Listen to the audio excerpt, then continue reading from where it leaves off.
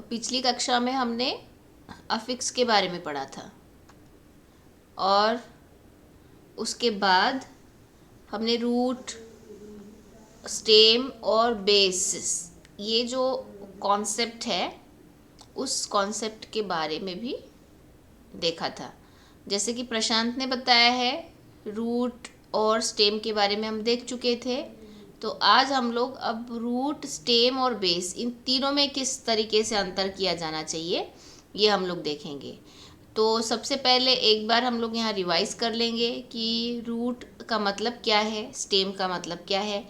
यहाँ आप देख सकते हैं कि यहाँ पर जो, हेलो। हाँ बताइए प्रशांत, रूट क्या है बेटा और स्टेम क्या है?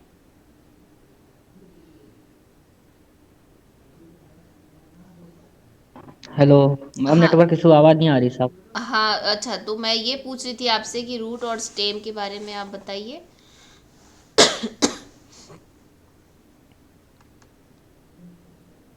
Hello ma'am. हेलो, हाँ रितिका, आपको आवाज़ आ रही है? Yes ma'am. अच्छा, मुझे लगता है प्रशांत का नेटवर्क इशू है। चलो ठीक है, कोई बात नहीं। अब यहाँ देख सकते हैं कि रूट और स्टेम के बीच में हमने कैसे अंतर किया था। तो यहाँ पर जो रूट का जो मीनिंग है वो मीनिंग आपको पता है, हमने पहले भी इसके पहले भी हमने डिस्कस कर लिया था कि भैया क्या है, रूट्स का मतलब क्या है। और साथ ही में वो जो रूट वर्ड है वो किस तरीके से रहता है, मतलब उसका फ्री मॉर्फिम या फिर लेक्सिकल मॉर्फिम भी हो सकता है या फिर फंक्शनल मॉर्फिम भी हो सकता है। ये सारी चीज़ें आपको याद है कि इतना सारा जो मैं बता रही हूँ। तो रूट का मतलब होता है कि जो कि आपका एक मीनिंगफुल यूनिट है और उसको फिर से हम लोग विभाजित नहीं कर सकते। और ये इसके प्रकार, उसको फ्री मॉर्फिम बोला गया। फिर उसके बाद में कुछ फंक्शनल वर्ड्स भी रहते हैं जो कि आपके फ्री मॉर्फिम्स रह सकते हैं। तो यहाँ पर आर्टिकल, डेमोन्स्ट्रेटिव्स, प्रोनाउंस और कंजंक्शंस, ये सारे आपके फंक्शन वर्ड्स है जो कि आपके फ्री मॉर्फिम्स है। ठीक है, जिसमें कि सिमेंटिक कंटेंट नहीं होता है। ठीक, यहाँ पर यहाँ तक हमने देख लिया था। फिर उसके बाद में हम लोगों ने इसके पहले की कक्षा में अफिक्स क्या है, उसके बाद में रूट और स्टेम में क्या अंतर है, ये भी देखा था। तो इसी के साथ आगे बढ़ते हुए हम लोग देखते हैं कि रूट, स्टेम और साथ ही बेसिस में क्या अंतर है और क्या सिमिलैरिटी है। तो अब स्टेम को अगर मैं फिर से दोहराऊंगी तो जितने भी इन्फ्लेक्शनल अफिक्सेस लगकर हमारा कोई शब्द बनता है, तो या फिर नया शब्द बनता है, नया वर्ड फॉर्म होता है, तो हम उसे हम बोल सकते हैं कि भैया एक इन्फ्लेक्शनल तैयार हो गया, इन्फ्लेक्शनल फॉर्म तैयार हो गया उस रूट का। तो जैसे कि यहाँ देखिए, कैट है, कैट में मैंने एस लगा दिया, तो एस लगा दिया तो मेरा क्या है, ये आपका प्लूरल मार्कर है, प्लूरल मार्कर। और कैट आपका क्या है, एक फ्री मॉर्फिम है ये। Yes ma'am. अब ये जो प्लूरल मार्कर लग के हमें इसका प्लूरल फॉर्म मिल गया, तो ये कैट जो है ये आपका इन्फ्लेक्शनल इन्फ्लेक्शनल फॉर्म है, इन्फ्लेक्शनल फॉर्म है। अब ये इन्फ्लेक्शनल फॉर्म कैसे बना, इन्फ्लेक्शनल अफिक्स लगकर। ठीक है, अफिक्स मतलब यहाँ पर ये सफिक्स है क्योंकि ये आखिरी में जुड़ा हुआ है उससे। तो ये जो इन्फ्लेक्शनल फॉर्म बना है, तो हम लोग जो इन्फ्लेक्शनल फॉर्म अगर हम इसमें से निकाल देंगे तो हम क्या, हमें क्या बचेगा, केवल इन्फ्लेक्शनल फॉर्म अगर हटा देंगे तो हमारे पास केवल कैट शब्द बचेगा। तो इससे हम लोग इस कैट को हम लोग स्टेम कहेंगे। अब दूसरा उदाहरण लेते हैं। यहाँ पर आप देख सकते हैं वर्कर, वर्कर में मैंने क्या लगा दिया, एस लगा दिया, तो क्या बन गया, ये मेरा वर्कर्स, वर्कर्स बन गया है। अगर वर्कर्स में से मैं इन्फ्लेक्शनल फॉर्म हटा दूँ तो मेरा क्या हो जाएगा, वर्कर हो जाएगा और ये मेरा स्टेम है।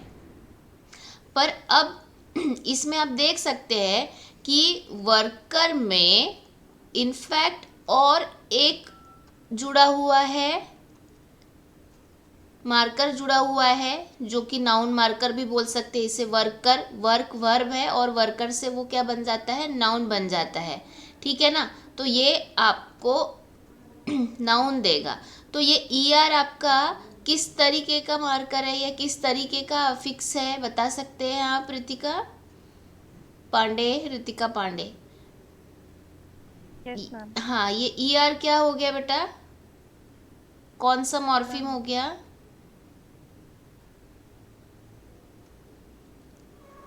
याद नहीं आ रहा है आपको? ये डेरिवेशनल हो गया।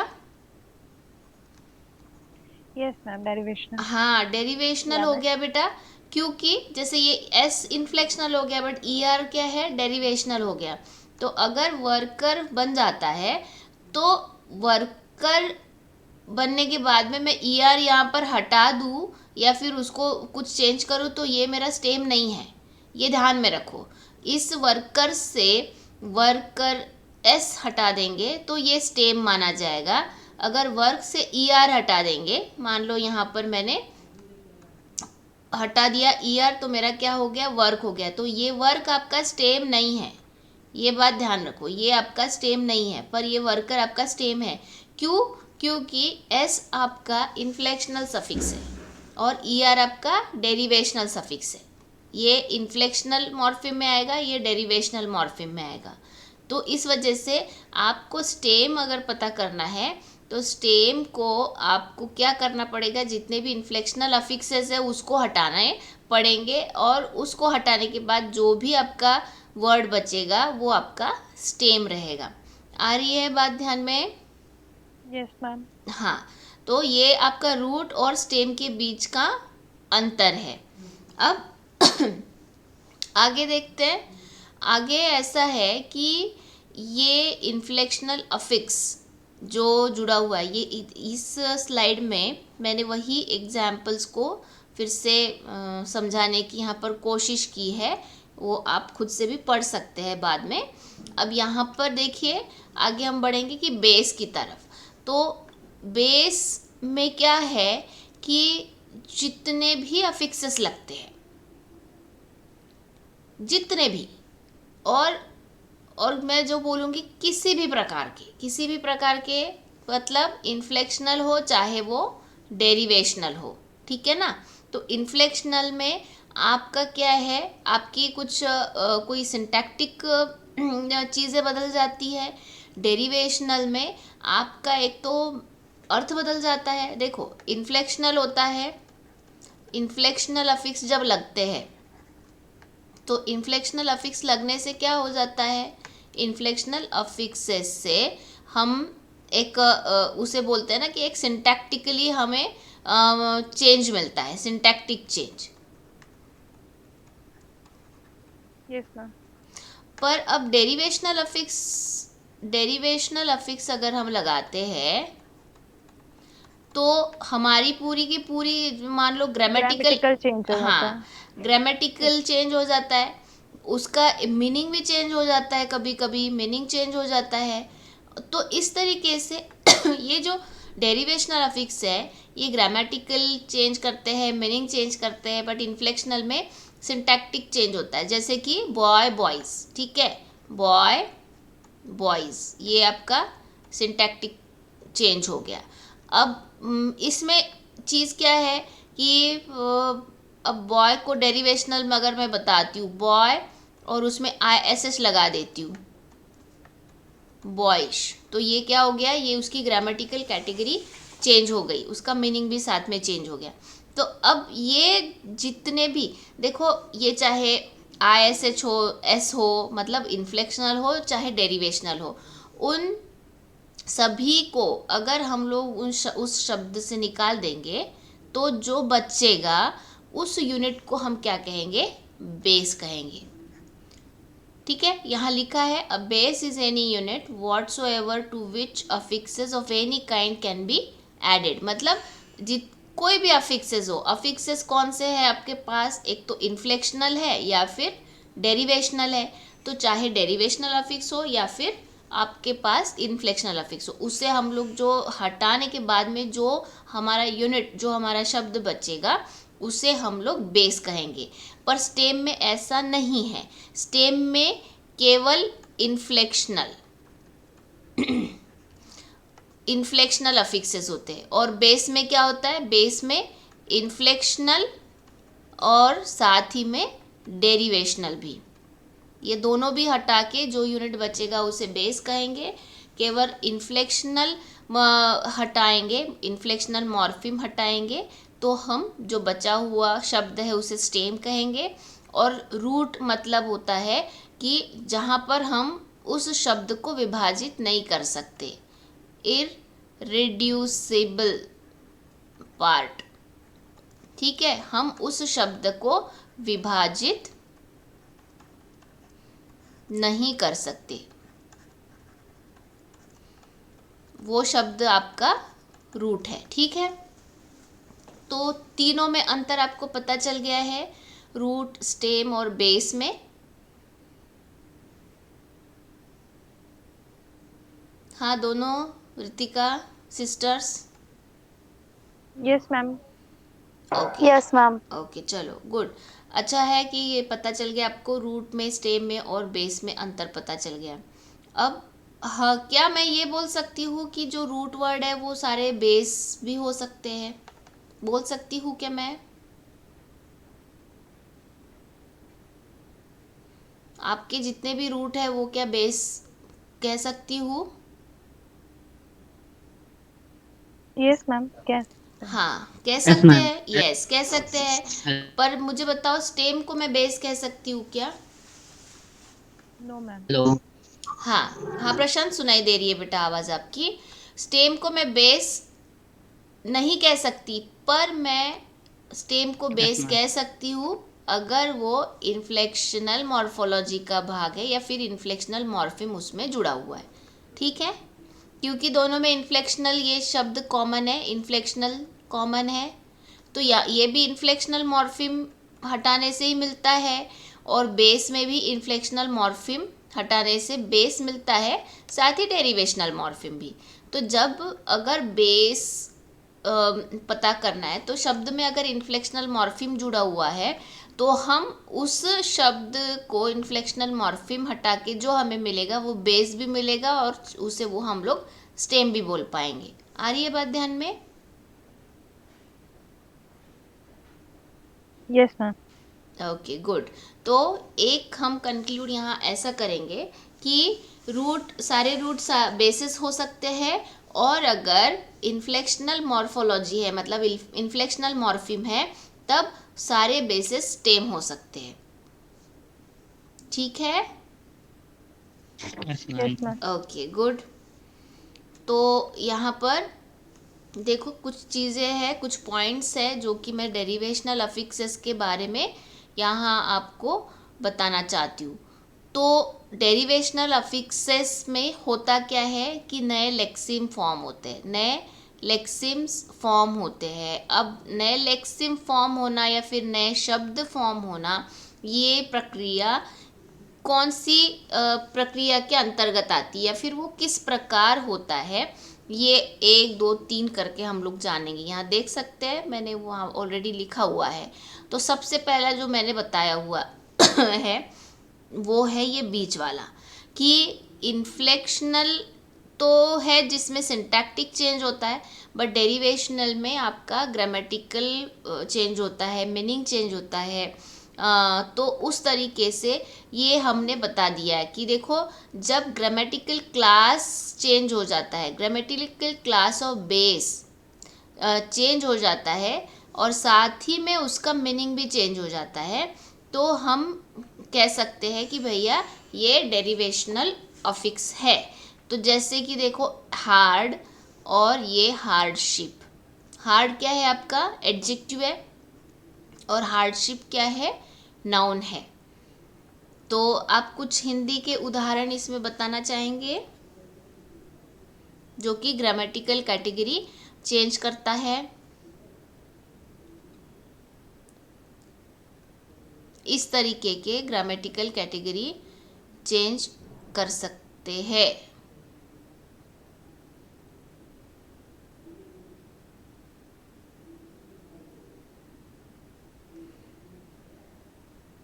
यस मैम, एग्जाम्पल जैसे खेल का खिलाड़ी।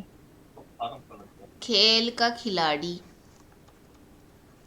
हाँ, इसमें मीनिंग भी चेंज हो गया और साथ ही में उसकी ग्रामेटिकल कैटेगरी भी चेंज हो गई। अब इसी के साथ मिलता जुलता देखो, सुंदर क्या होगा, देखो सुंदरता, हाँ, ये आपका यस मैम। एडजेक्टिव और फिर ये आपका नाउन है, एब्सोल्यूट नाउन है। तो इस तरीके से हम लोग ग्रामेटिकल कैटेगरी और उसका मीनिंग चेंज करेंगे। ये आपका डेरिवेशनल अफिक्स की वजह से हुआ है, क्योंकि न्यू लेक्सिम बने हैं, नया एक शब्द निर्माण हुआ है। अब दूसरी तरीके की कैटेगरी पता है क्या है कि आपकी कैटेगरी जो होती है ना, वो पूरी तरीके से नहीं चेंज होती है, उसके इंटरनल चेंजेस होते हैं। जैसे कि उसका कोई सब क्लास होगा, फॉर एग्जांपल देखो यहाँ है कि ग्रामेटिकल कैटेगरी सब क्लास, जैसे कि फ्रेंड है और फ्रेंडशिप। तो ये जो फ्रेंड है, फ्रेंड क्या है, नाउन है। क्या किस तरीके का नाउन है बेटा, सामान्य नाम जिसे बोलते हैं ना, कॉमन नाउन। अब फ्रेंडशिप क्या है, फ्रेंडशिप आपका एब्सोल्यूट नाउन है। फ्रेंडशिप आपका एब्सोल्यूट नाउन, तो क्या हो गया, देखो दोनों नाउन है पर अब उसके सब क्लासेस बदल गए, उसकी ग्रामेटिकल कैटेगरी पूरी तरीके से चेंज नहीं हुई है, उसके सब क्लासेस में परिवर्तन आया है। तो यहाँ पर नया वर्ड क्लास नहीं बना है, या जैसे कि खेल खिलाड़ी, सुंदर सुंदरता, तो ये आपका जैसे सुंदर विशेषण है, तो सुंदरता आपका नाउन है, नाम है, नाम पद है। तो इस तरीके के पूरा वर्ड क्लास नहीं चेंज हुआ है, पर यहाँ पर उसका सब क्लास चेंज हो गया है, फ्रेंड, फ्रेंडशिप। तो इसी तरीके से कुछ हिंदी में उदाहरण देंगे या मराठी में देंगे।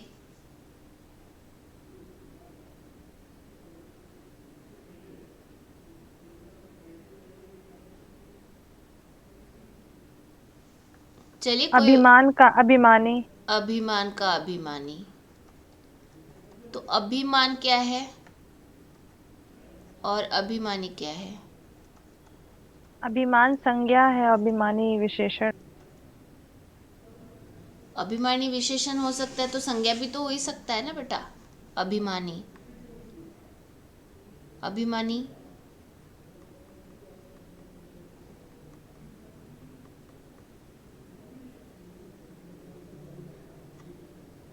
Yes ma'am. तो आपने ये जो बताया अभिमान और अभिमानी, इसके बारे में आप सोचो, इसके बारे में किस तरीके से वो चेंज हो रहा है, क्लास, वर्ड क्लास चेंज हो रहा है या फिर केवल सब क्लास चेंज हो रहा है, उसके बारे में सोचो।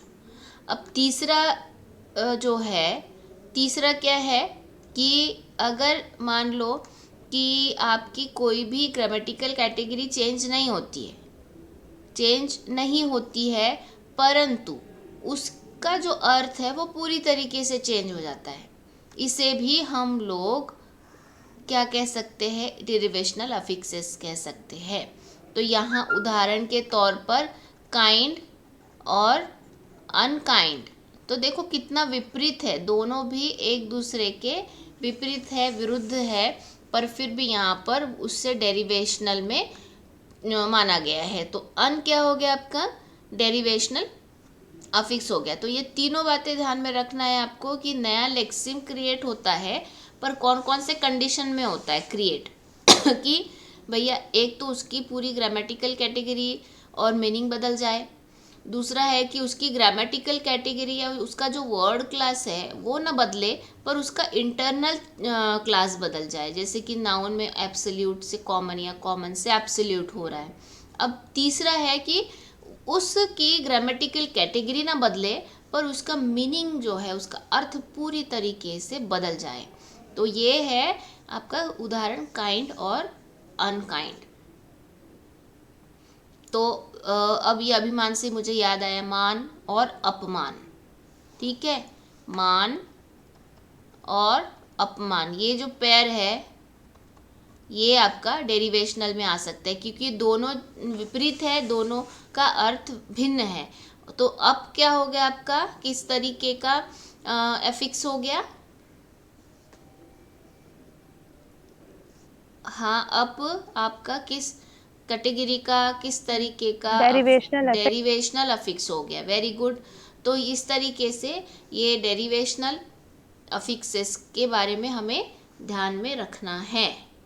ठीक है, एक छोटा सा भाग है जिसमें एक कंपाउंडिंग करके जो मैं बताना चाहती हूँ, इसको हम लोग बहुत डिटेल में पढ़ेंगे बाद में। ये वर्ड फॉर्मेशन की प्रक्रिया का भाग है एक। तो कंपाउंडिंग का मतलब होता है कि जब कोई भी टू बेसिस होते हैं और टू बेसिस को हम लोग मिला के एक नया वर्ड फॉर्म करते, तो उसे हम लोग कंपाउंडिंग कहते हैं, कंपाउंड वर्ड कहते हैं। जैसे टी पॉट, वीकेंड। तो ये टी पॉट, वीकेंड, ये कंपाउंडिंग प्रक्रिया से, इसे कंपाउंडिंग प्रक्रिया बोलेंगे। ये हो गया आपका कंपाउंड वर्ड फॉर्मेशन की ये एक प्रक्रिया है। तो जिसमें कि आपके दो बेसिस रहेंगे और दो बेसिस को हम लोग मिलाएंगे और मिलाकर एक नया शब्द तैयार करेंगे, उसे हम लोग कंपाउंडिंग बोलते हैं। और जो शब्द बनता है उसे कंपाउंड वर्ड कहा जाता है, संयुक्त शब्द। हाँ, तो अब ये देखो, यहाँ पर मैं एक्सरसाइज है, ये आपके लिए अभ्यास है। इस अभ्यास को आपको अभी करना है। ठीक है, तो तब तक मैं रिकॉर्डिंग स्टॉप कर लेती हूँ, हम लोग इसका अभ्यास करेंगे।